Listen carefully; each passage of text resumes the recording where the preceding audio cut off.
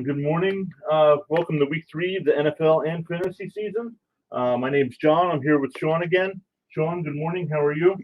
Pretty good. How are you, John? Good. Getting ready for week 3 here. My Jets don't play till 4 o'clock, so I can enjoy the 1 o'clock games. And then Yeah, I'm with you in that boat. The Vikings play at 4:05. Sleep through most of the Jet game. Get your afternoon nap in. Yeah.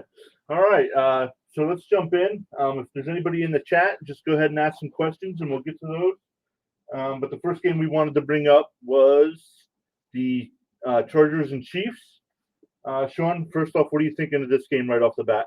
Yeah, I think it's gonna be a high-scoring game. I think you got two defenses that aren't really good against the pass, and the Chiefs aren't good against defending anyone with their cornerbacks right now. So I think the Chargers could be eating up a lot of yards today, receiving wise.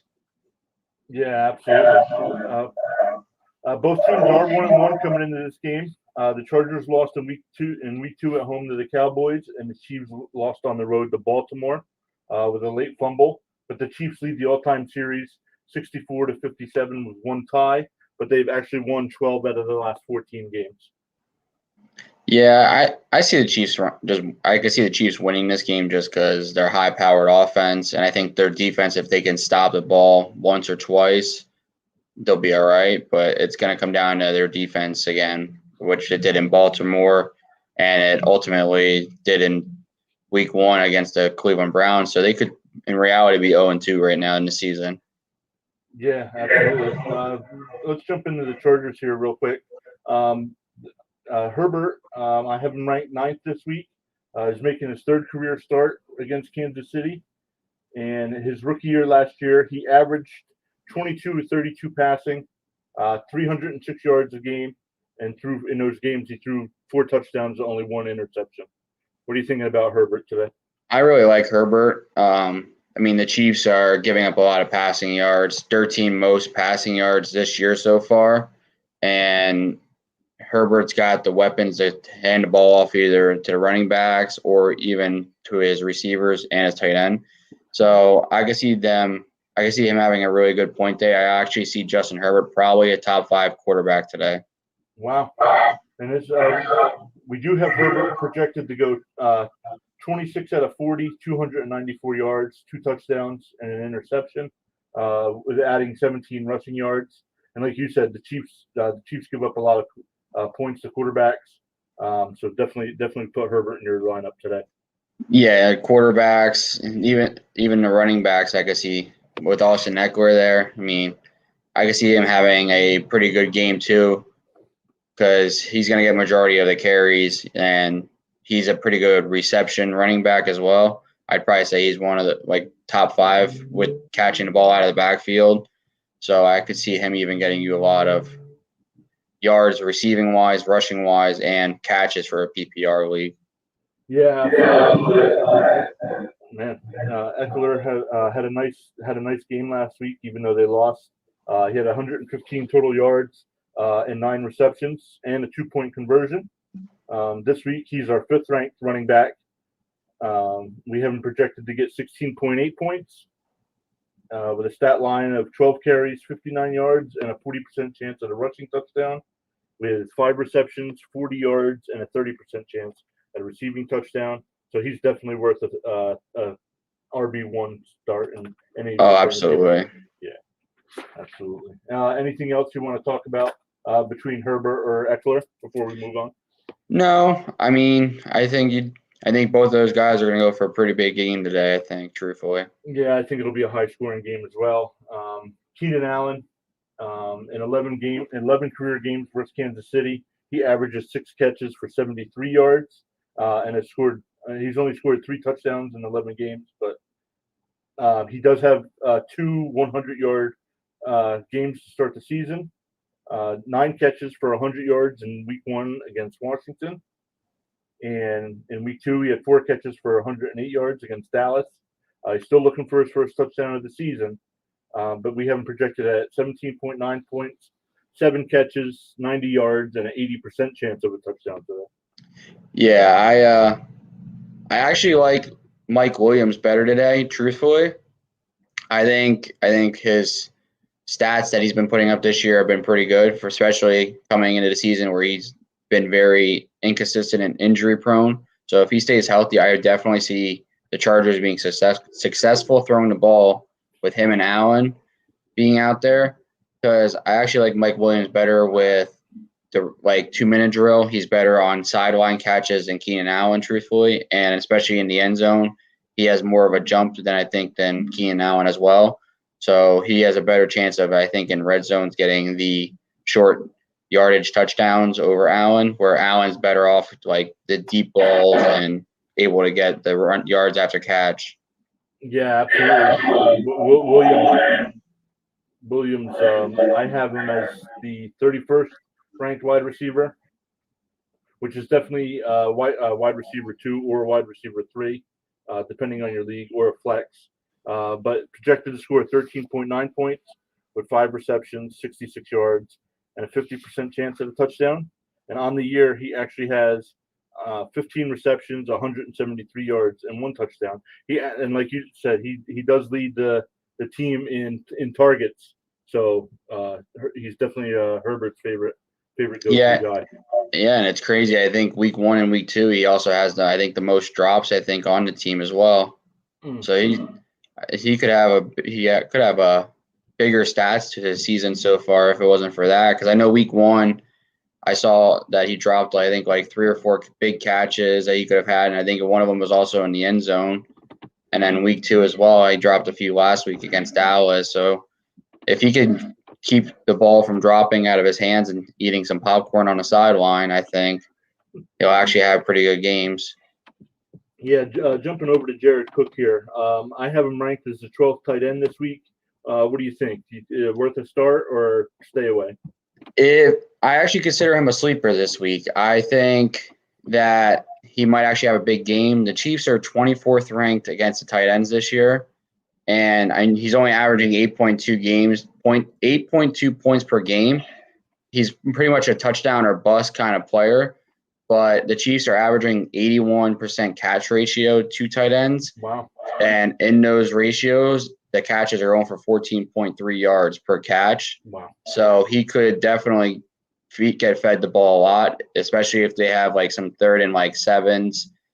You want to go for your big guys that are going to catch the ball and be able to push a pile. Yeah, absolutely. And I looked it up in 7 career games versus Kansas City. Cook averages 4 catches, 64 yards a game, and has scored 3 touchdowns in those games. Yeah, I would consider him, if you have him on your team and you're very unsure of who to start at tight end, I would say maybe throw him in there. You might want to try it and see.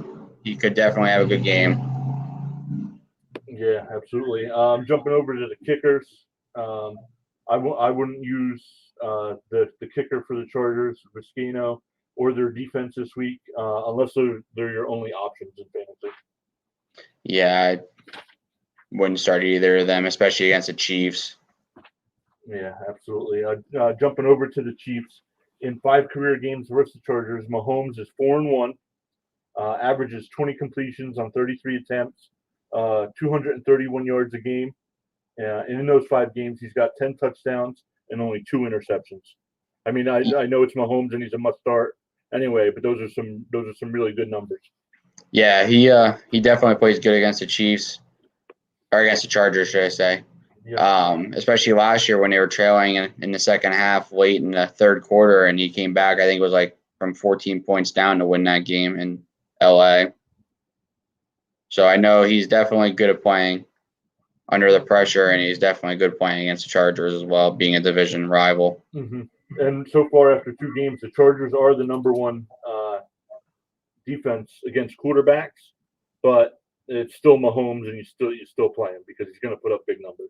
Yeah, it's hard to rate the Chargers season against quarterbacks because week 1 they played against Fitzpatrick, who got injured. Then they played against Heineke. And then week 2, I mean, they did stop Dak from having a big game last week, but it's hard to say.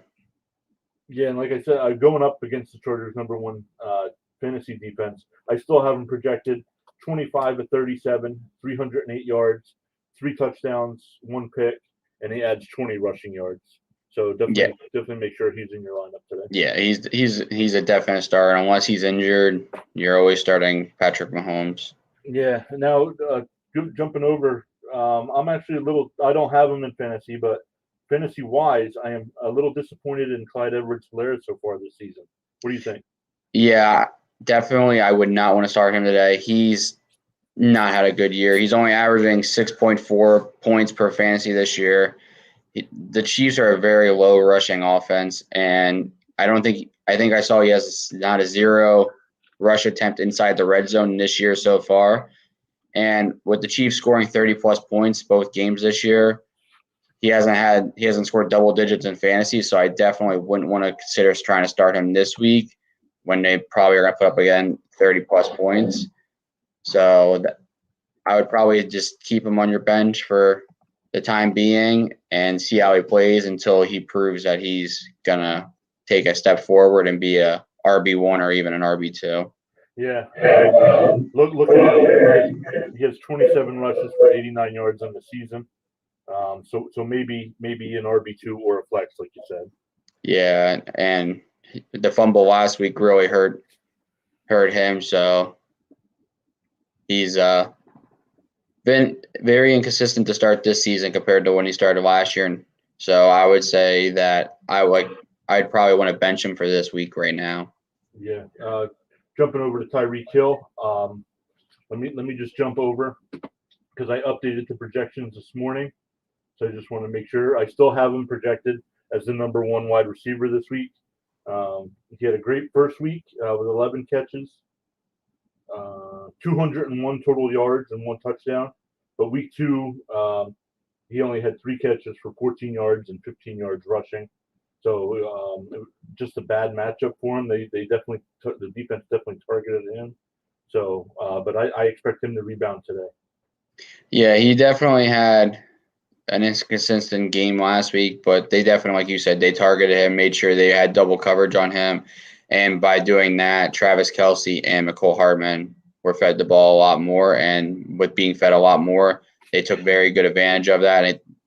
Mecole Hardman being the backup to Tyreek Hill and having just as much speed, you got to be just as concerned with him because he could go off for 200 yards any game as well. Yeah. The Chargers are like I said before about the quarterback. The Chargers are number 1 fantasy defense. So this Hill averages 4 catches, 66 yards, and scored 6 touchdowns. Yeah, Tyreek's definitely a starter, RB or wide receiver 1. Mecole Hardman, if you have him or you can get him as a bench player right now, though, I would definitely do that and stash him away and wait, especially if you're in a dynasty league. Yeah, and we have him projected for 6 catches, 90 yards, and an 80% chance at a touchdown. So definitely make sure he's in your lineup this week, even though he's coming off that disappointing week 2 game. Yeah, even with one bad week, it'll happen to any major player. I would still consider always starting him. You can't bench someone like that in any given day. Yeah, and speaking of not benching people, make sure Travis Kelce's in your lineups today. Number 1 ranked tight end this week in 13 career games against the Chargers. He has 60 catches, 583 yards, but he's only scored 2 touchdowns. So they keep him out of the end zone for some reason. Yeah. For today, actually, my bold prediction is going to come from this game. Okay. I think Tyreek Hill, Travis Kelce, and Keenan Allen all go for over 95 yards total yards today. Kelce and who? Allen? Hill and Allen. Hill, Kelce, and Allen? All 3, I think, all go for 90-plus yards today overall. Overall, right? Overall, right? I think because Hill could definitely get you some rushing yards. So yeah, I think you'll see those 3 definitely be fed today a lot. I think it'll be a pretty good affair if you have those 3 in fantasy. I only have Tyreek Hill in one of my leagues, and you got to always have him in your lineup, and you always got to have him. I've always wished I could have had Kelce or Keenan Allen in any league. I had Kelce last year, and he's brought me to a championship match. So looking over to the kickers, like I said, it's tough to predict kickers, but this is going to be a high scoring game. So I would definitely use Butker, but I would stay away from the Chiefs defense. Yeah, I wouldn't want to. I would bench or cut the Chiefs defense if you have them in any league. I wouldn't consider having them right now until they can prove themselves to be a higher tier. In our dynasty league, we do. They're my defense. They're my only defense. So I got to try to find somebody else. Yeah, you might want to get someone else in there now. Yeah, absolutely. Any other thoughts on this game before we jump over to the next game? No, I think if you have any of these players that are a given fantasy player, I would definitely start them today. Yeah, absolutely. Jumping over to we wanted to take a look at Arizona and Jacksonville, and you picked this game. Besides Kyler Murray and Trevor Lawrence being the starting quarterbacks, what were the other things that made you want to look deeper into this game? Chase Edmonds, I want to give him some recognition for being a RB1 on the Cardinals. He's the 23rd. Their Jaguars are 23rd ranked against the rush, and Edmonds this year is a 20th ranked halfback. But his only issue is he loses those red zone catches and rushes attempts to James Conner. So up until the red zone, he's a great running back for you if you have him in a league, especially if he's PPRs, because he will get you good catches and yards because he's great out of the backfield, especially with the wide receivers always getting covered with Hopkins. So I would definitely, if you have Edmonds today, I would consider starting him for sure, even as a flex.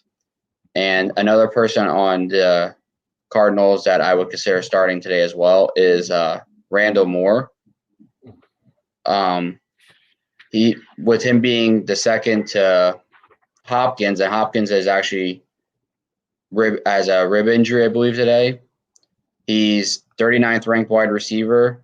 He's averaging almost 18 points a game right now in 2 weeks, and he's getting the big catches for the Cardinals down the field and big chunk plays. So if you have like one of those leagues that are like special formatted for like 40+ yard catches or touchdowns, he's definitely going to get you a good chance for that.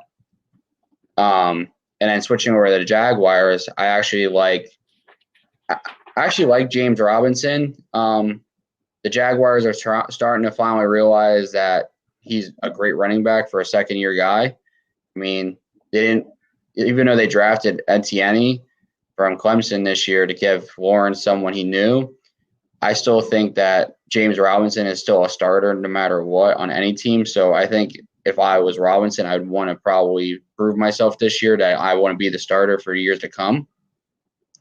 So I think Robinson against the Cardinals defense will probably have a good game today, most likely. I see him being an RB2, especially against a defense that gives up a lot of rushing yards. And then I actually like the wide receiver Travis Chennault. I think that he is a pretty good player for the Jaguars. I think that he can get you a lot of chunk plays and yardage, especially with DJ Chark. He's questionable, as I saw this morning yet. I don't know what the injury was, but I saw that he was questionable. So he'll get you pretty good plays. Other than that, I know James O'Shaughnessy, I believe, is injured on the Jaguars, and their defense and their kicker, you definitely just don't start them. But if you have Robinson and you have Chennault, I would definitely consider starting them today, though, for sure. Trevor Lawrence, I would probably keep him on your bench until he gets more NFL games under him and learns the way of NFL play. Yeah, absolutely. The Cardinals are 2-0. They beat the Titans and the Vikings. The Jaguars are 0-2, losing to the Texans and Broncos. And Arizona does lead the all-time series 3-2 and have won the last 3 matchups. Now these teams only get to see each other once every 4 years or something like that. So there's not much history there.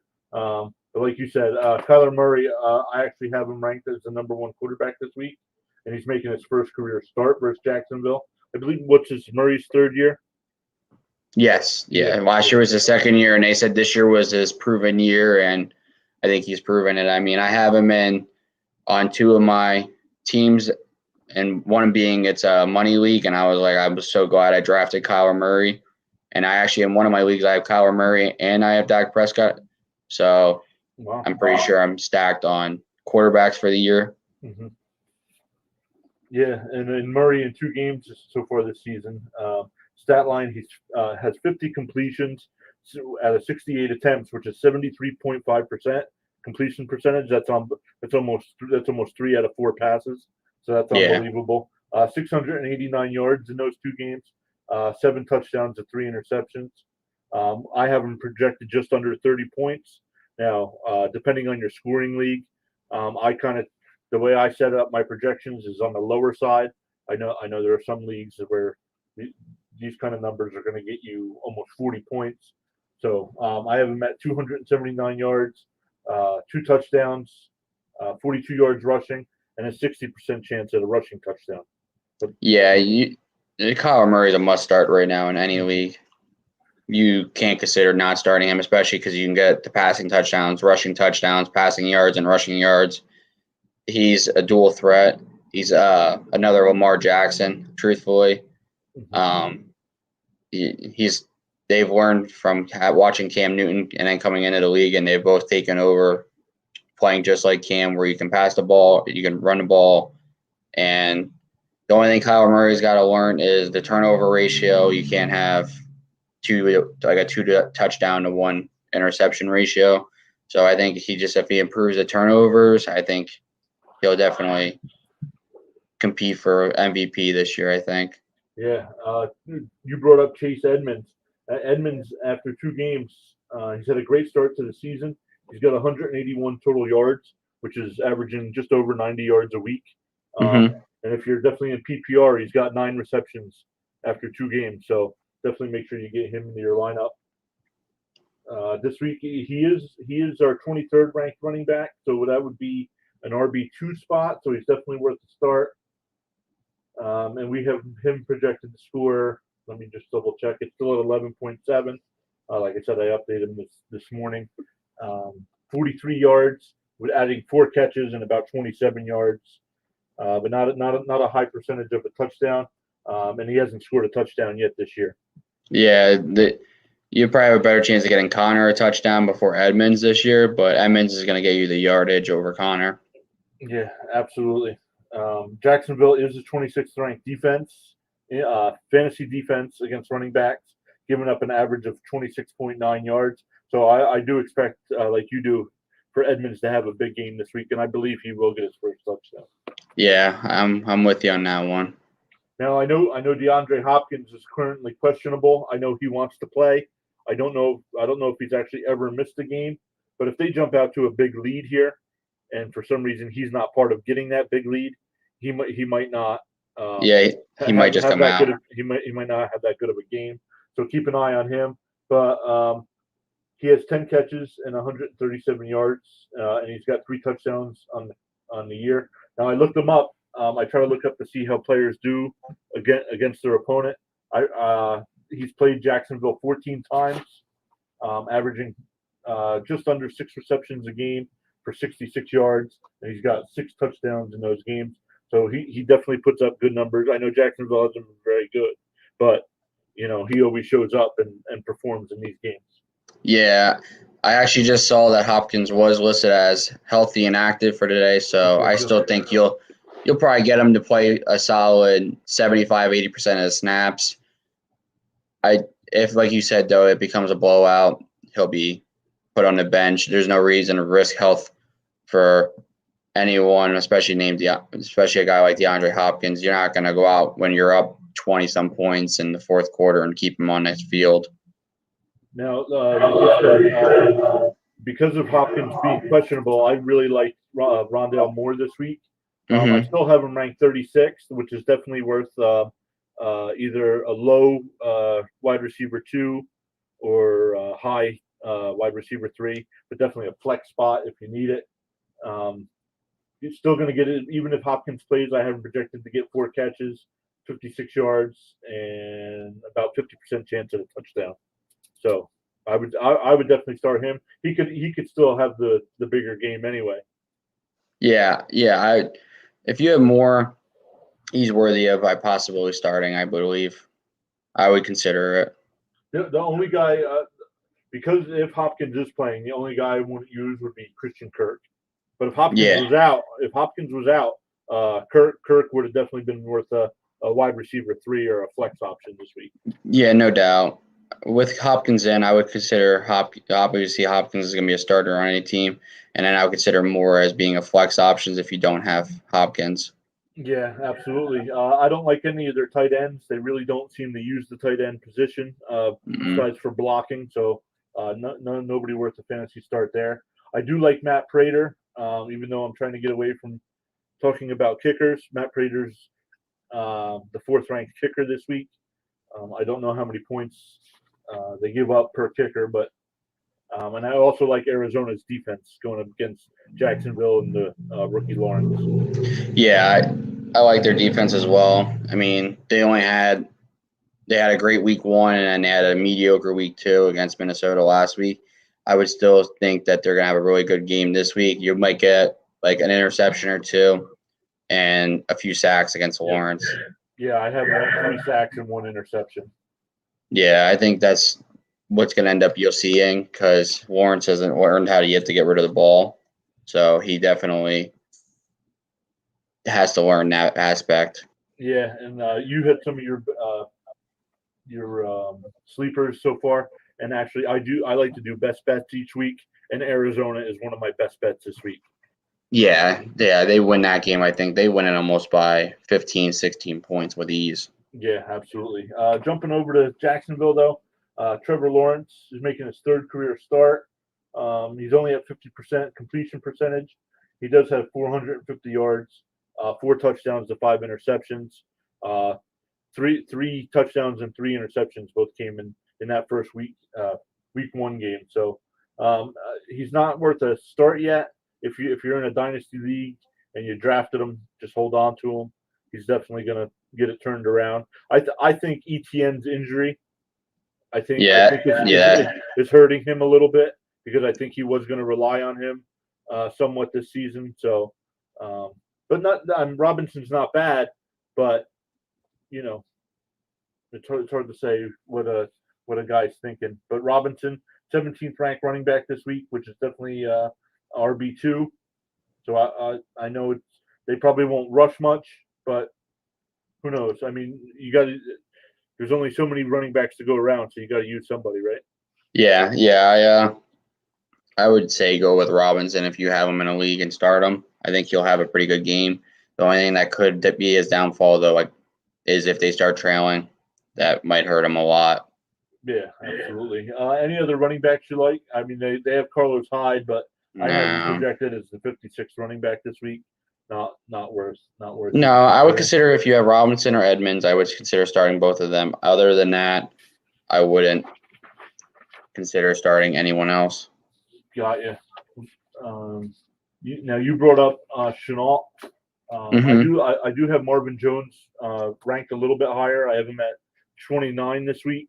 So I think he's definitely a wide receiver 2 or a wide receiver 3.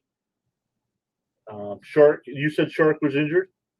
I saw he was questionable, yes. Okay, so if that is the case, Chennault would move up. Right now I have him at 53, which is a low-end flex. So definitely keep an eye on that. Let's jump over to their tight ends. They don't have a tight end worth using. Their kicker I wouldn't use, or their defense. So they're just young. They're trying to. I don't know what's going on in Jacksonville. They just can't seem to.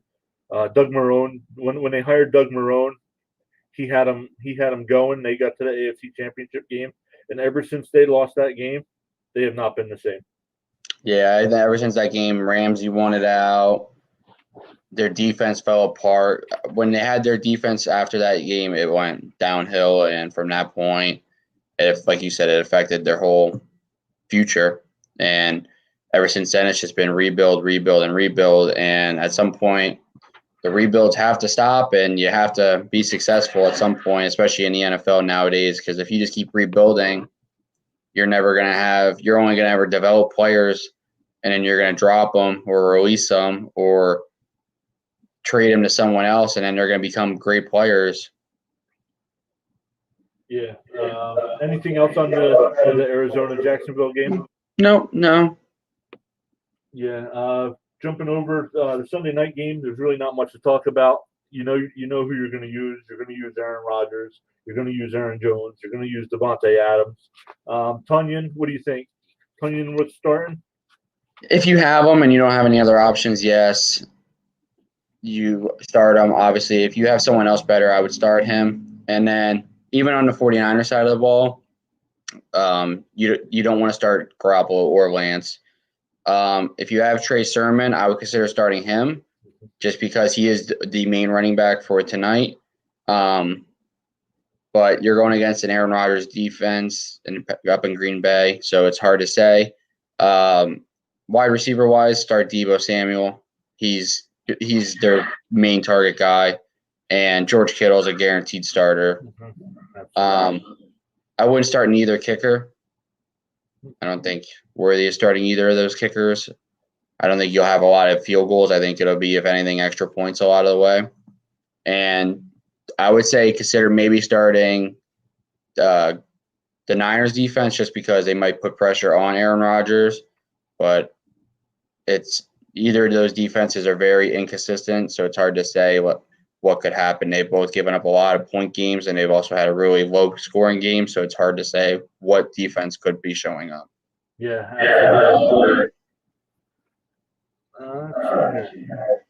Let's jump over to quarterback. You had some sleepers before. Is there any other sleepers you want to talk about?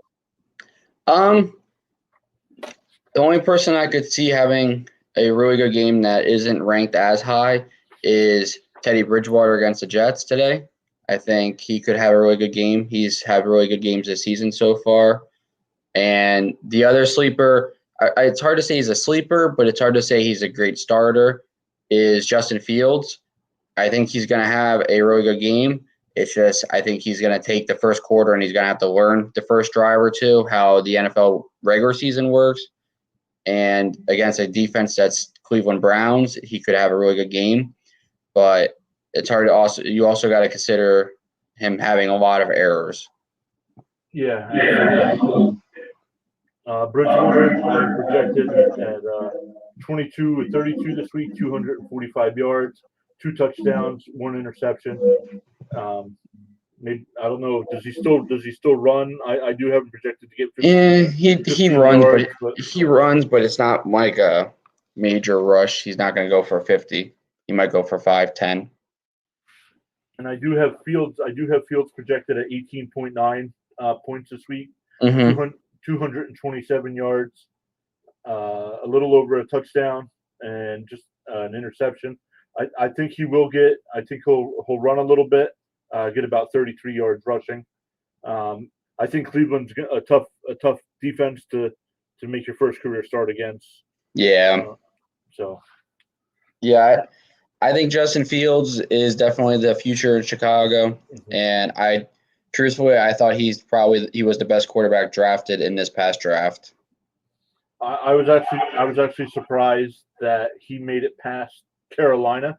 I know Carolina traded for Sam Darnold, but going into the year, you didn't know what Sam Darnold was going to be. So picking Fields would have been insurance. Where if Darnold did work out, which he's working out, you said even on the Thursday night stream, you said to use him in fantasy this week, and he had 300 yards passing and ran for 2 touchdowns. So then they could have turned around this year and traded, knowing that they had Darnold, they could have turned around and traded Fields and recouped some of those draft picks that they gave up to get Darnold.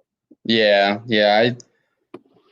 I think he'll have a great career in Chicago. Chicago has been known for bad quarterbacks, though, so that also could be a short leash for Fields there with the fan base and everything. They've proven that they already don't like Andy Dalton, so it's hard to be a quarterback in Chicago, when you're playing against people like Aaron Rodgers and Minnesota, usually it has good teams, but you're playing with there's your third division player team, or is Detroit. It's hard to say what Detroit will be.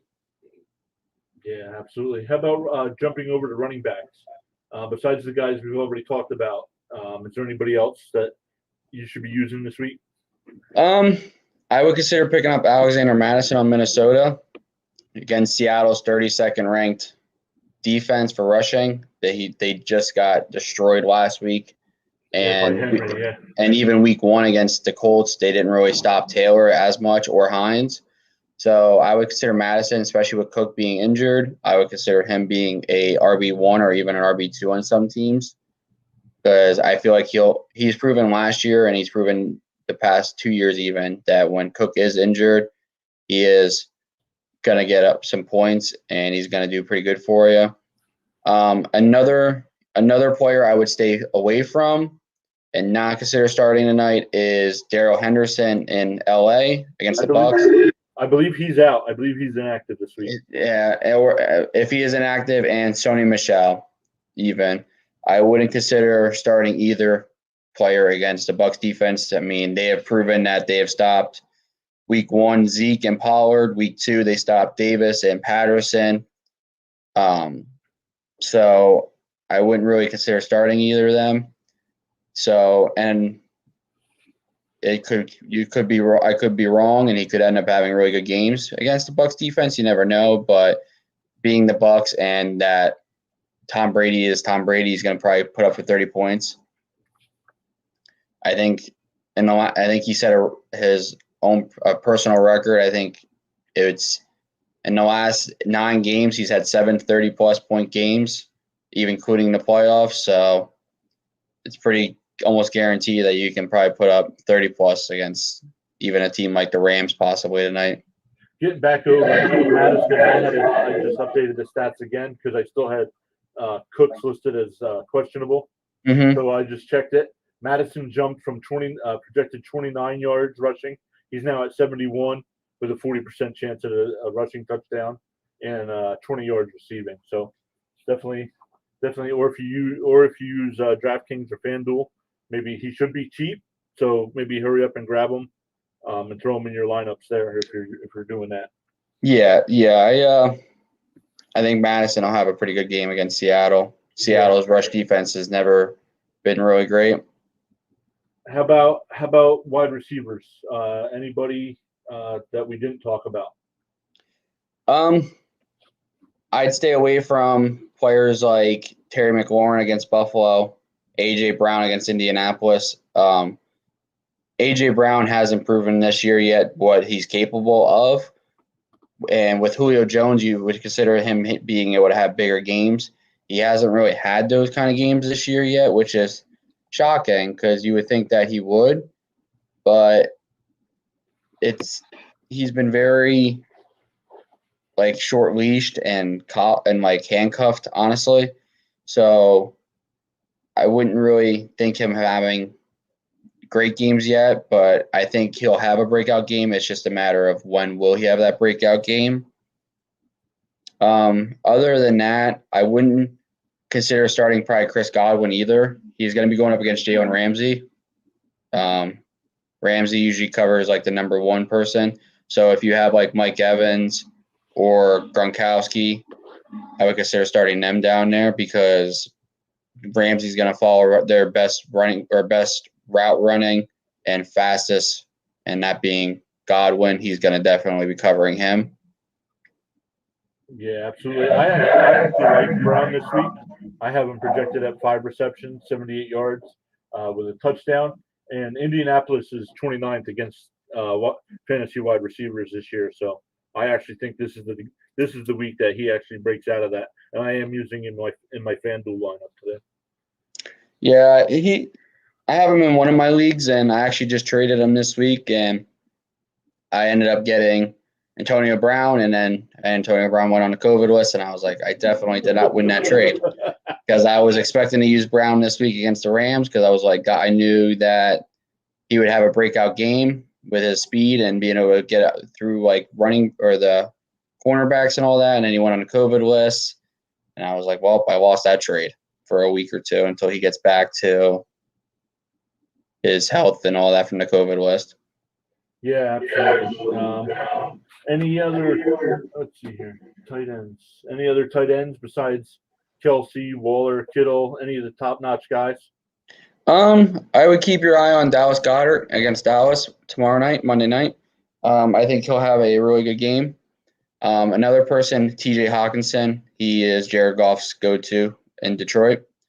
A person that you got to keep an eye on and hope and pray that he starts playing better is Mark Andrews in Baltimore. Mm-hmm. He just hasn't had a great year yet, which is shockingly for Baltimore. They've used him a lot the last 2-3 years. For him not to have the stats and all that he's had this year, it's crazy. But I would definitely keep an eye on him and hope and pray that he has a breakout in week 3. Gotcha. I'm not going to get into kickers and defense because you never know what's going to happen on a weekly basis. Yeah. We'll be back Thursday to talk about. I forget what game is Thursday. It's somebody, Cincinnati and somebody. Thursday night I think was. Let me check right now for you. Thursday night's football game is Jaguars versus Cincinnati. Jaguars versus Cincinnati. So it's not that good of a matchup, but yeah, you never know. You never know who could have a breakout game. Injuries happen this week, so it could change the way that game plays. Yeah, absolutely. Before we go here, I do want to talk about some more of my best bets. I have Buffalo winning today. I think they'll definitely be able to handle. I believe it's Washington. Mm-hmm. And I do have the Broncos beating the Jets. I don't think the Jets aren't ready to win a game yet. They are still learning. They're using the most rookies in the league, which I like. You got to figure out if these guys can play or not. Because next year, if we need to find somebody, we do have 11 draft picks again. So, but after the Carolina game on Thursday night, I'm currently at 9-3, 75% on my best bet. So, yeah, I think all your best bets are pretty good guarantees to win. I think for my other bet or my other projection that I'm going to do, bold prediction, I think between Wilson, Trevor Lawrence, and Justin Fields today, we're going to have at least 8 turnovers. 8 turnovers. 8 turnovers, I think, today between interceptions and fumbles. Let's see here. Who's that? That was Lawrence, Wilson, and Fields. I think your top draft picks this year in the draft, I think, are going to have very bad games, especially playing against top defenses. 8 turnovers? 8 turnovers at least. Okay. I'll write that down. We'll see how that goes. Anything else before we sign off here? Nope. I just keep an eye on your injuries this week, everyone. Always keep an eye on injuries and projections and seeing how people are looking up until game time. A lot of late decisions could happen, and just hope and pray that you can pull out a win this week and that your team all shows up. And if someone don't show up, someone else shows up in that spot and carries them with like the double points or even triple points. Yeah, absolutely. Like I said, we'll be back Thursday night at 7 to talk about the Thursday night game and the Monday night game between Vegas and the Chargers. So good luck to your fantasy teams this week. And we'll see you as well. Yep, and we'll see you Thursday night. See you Thursday night, guys. All right, guys. Bye. All right, bye.